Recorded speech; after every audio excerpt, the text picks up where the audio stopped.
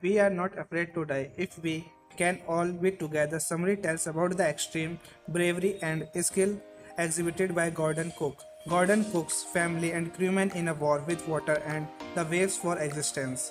In year 1976, the writer, his wife Mary, his son Jonathan and his daughter Susan set sail for Plymouth in England to duplicate the round journey made 200 years ago by Captain James Cook in their professionally designed ship named the Wave Walker, accompanied by two sailors, Larry Vigil, who was an American, and Herb Sailor, a Swiss, to tackle one of the world's coldest ocean, the Southern Indian Ocean.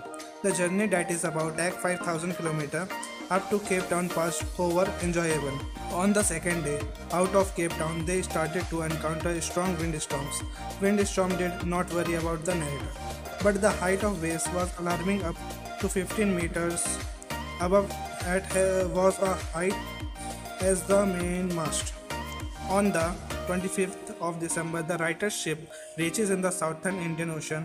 That was about 3,500 kilometers to the east of Cape Town. The family welcomed the new year on the ship. At the dawn of 2nd January, the waves were huge in size, unfriendly weather and massive waves forced the sailors to slow the speed of ship, drop the storm jeep, and take various other precautions. The risk was so obvious that the sailor accompanied a life raft drill, attached the lifeline boats and the life jacket. Unexpectedly, at 6 p.m., a traffic explosion shook the wave walker and the writer was thrown overboard. The wave walker was about to overturn. Another massive wave hit it, throwing it upright one more time. The writer was thrown back again on the deck.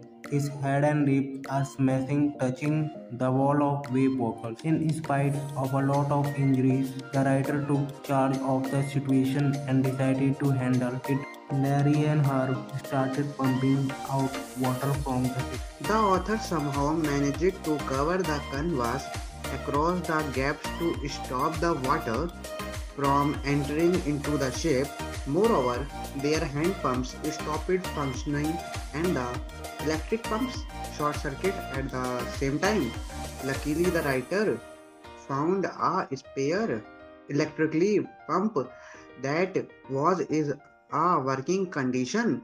The entire night, everyone was pumping, steering, repairing, and sending radio signals for help.